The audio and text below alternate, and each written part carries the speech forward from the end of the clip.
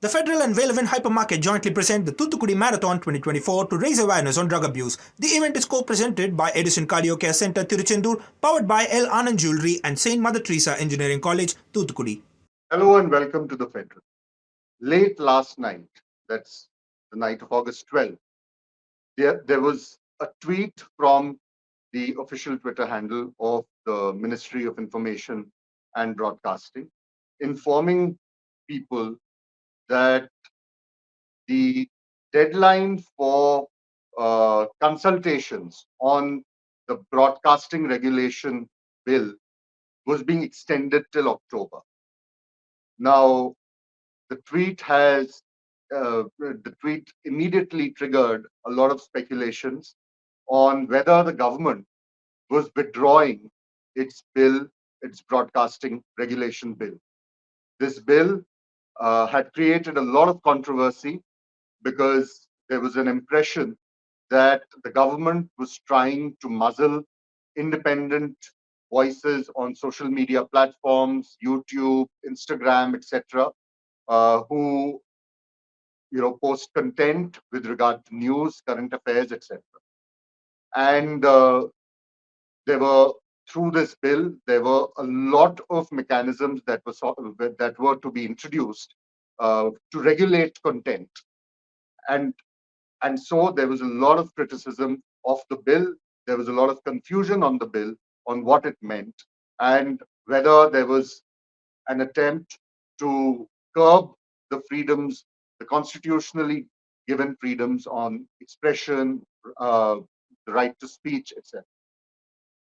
The tweet, of course, is even more confusing in a sense because it talks about a draft bill that was issued in 2023, that was put in the public domain in 2023, inviting comments, suggestions, recommendations from stakeholders.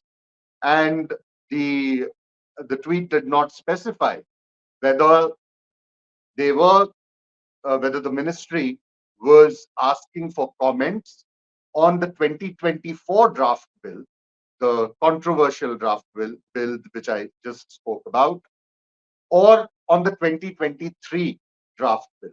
And if it was inviting the recommendations on the 23 draft, what happens to the 2024 draft? And whether the 2024 draft is, as has been speculated ever since, been withdrawn. Sources in the ministry say that the 24 draft bill stands withdrawn. The recommendations and suggestions have been sought on the 2023 draft bill because the tweet also specifically mentions only 2023. And so, in a sense, it's a major retreat for the government, a major step back for the government from a bill which could have brought further curbs on the right to freedom of speech and expression. For content creators who would have been badly hit by the new framework of 2024, the draft suggestions, for them, this is a moment to sort of heave a sigh of relief. We don't really know what, of course, the final draft would look like.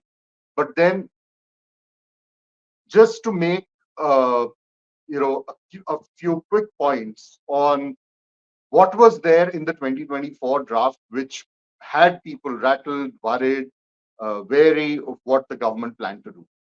The draft bill of 2024, which again was not put in the public domain and on which the suggestions and recommendations were sought.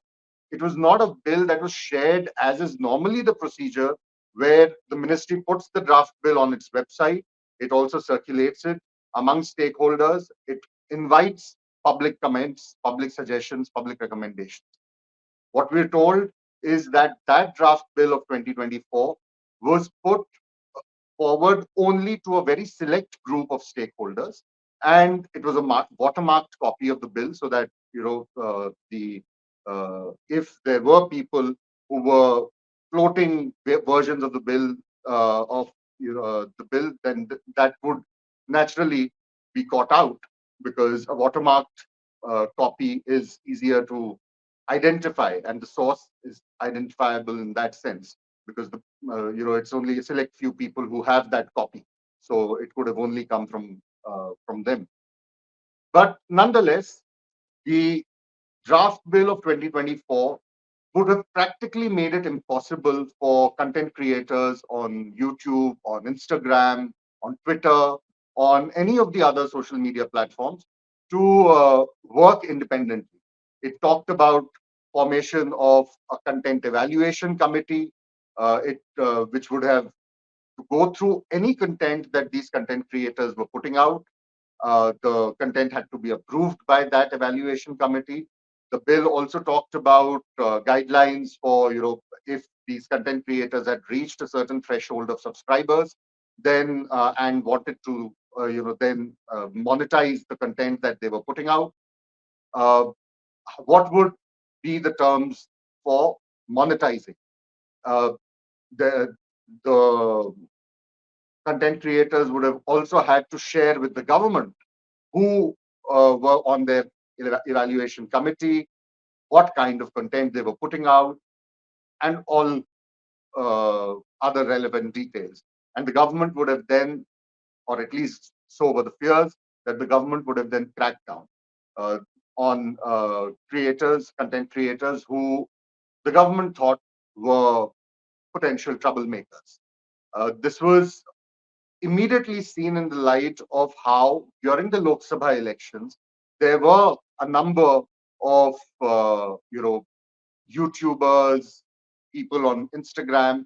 One wouldn't want to go into names of those content creators, but who basically spoke at length, made with long videos, detailed videos, very well researched videos, which are circulated right to the village and panchayat levels, because they went viral, talking about the excesses of the government, of the Narendra Modi government, talking about the failures of the Narendra Modi government on various fronts, and many believe, political commentators, opposition leaders, and the government, of course, that the content that was being distributed by created and distributed by from these content creators played a major role in the slide in number of seats that the BJP eventually managed to win in the Lok Sabha elections.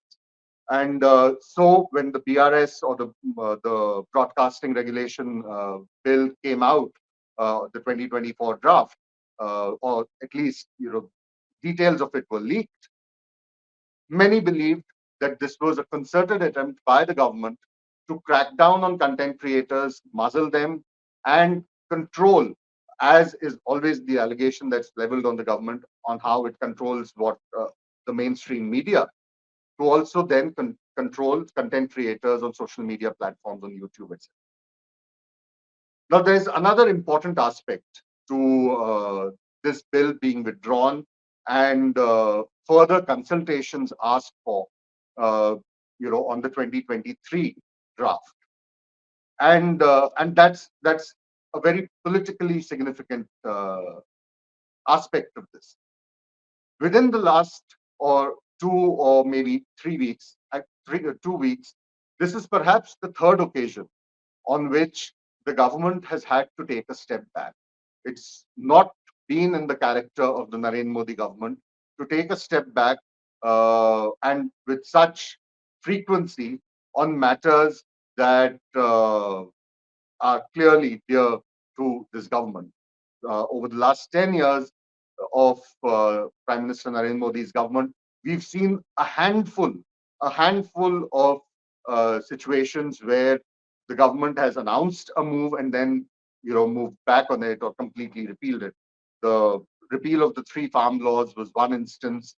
The other was taking back the amendments that the government wanted to move very early in its tenure in 2015, in its first tenure, the amendments that they wanted to make to the land acquisition bill. So just a handful of instances in 10 years of the Narendra Modi government where the government announced something and then took it back. But here in the last 2.5 weeks, this is now the third occasion. In the budget, which was announced by Finance Minister Nirmala Sitharaman. There was an announcement on indexation, long-term capital gain, which was diluted because of similar criticism coming from all quarters of how the government was trying to, make a dent on the pockets of the middle class. And very quietly, that decision of the government was also diluted. It was not completely taken back, but it was diluted significantly. Then came the decision of the government to refer the Waqf bill, another very controversial legislation that the government tabled in the Lok Sabha, and it had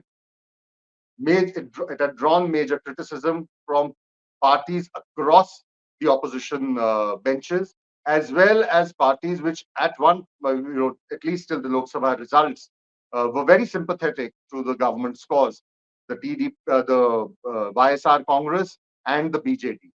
Both of those parties had also asked for the Waqf bill to be referred, either to be withdrawn completely or be referred to a standing committee of parliament or a select committee of parliament.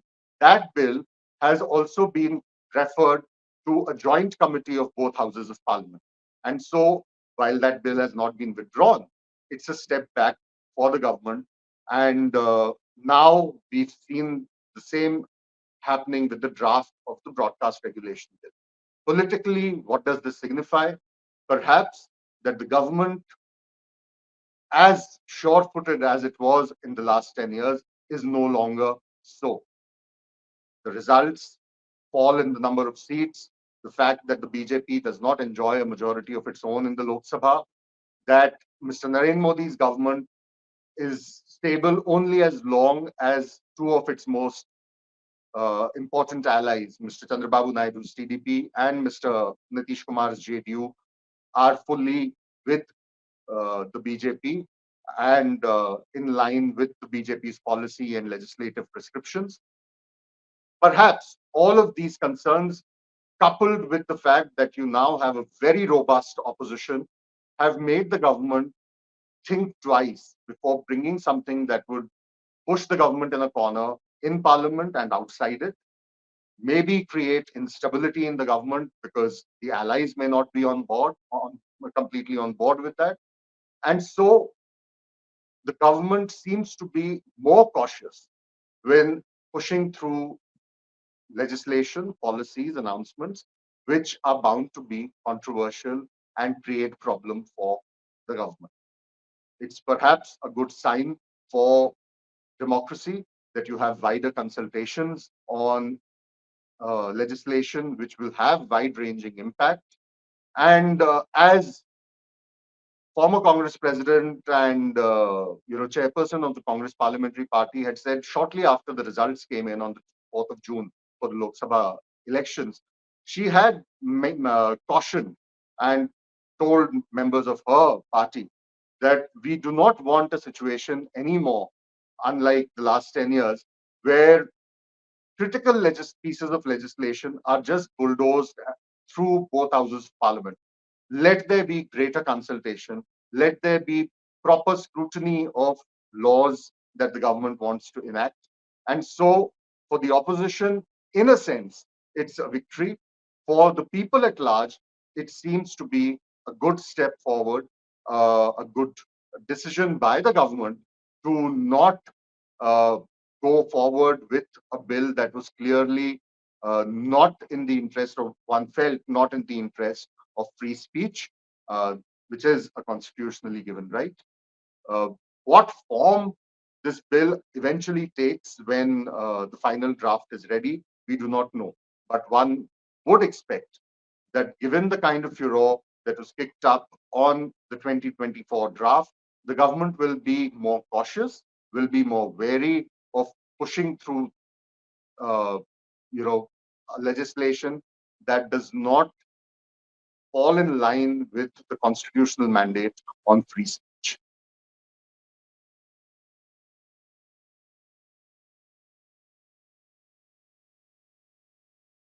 The Federal and Whale Hypermarket jointly present the Thoothukudi Marathon 2024 to raise awareness on drug abuse. The event is co-presented by Edison Cardio Care Center, Tiruchendur, powered by L. Anand Jewelry and Saint Mother Teresa Engineering College, Thoothukudi.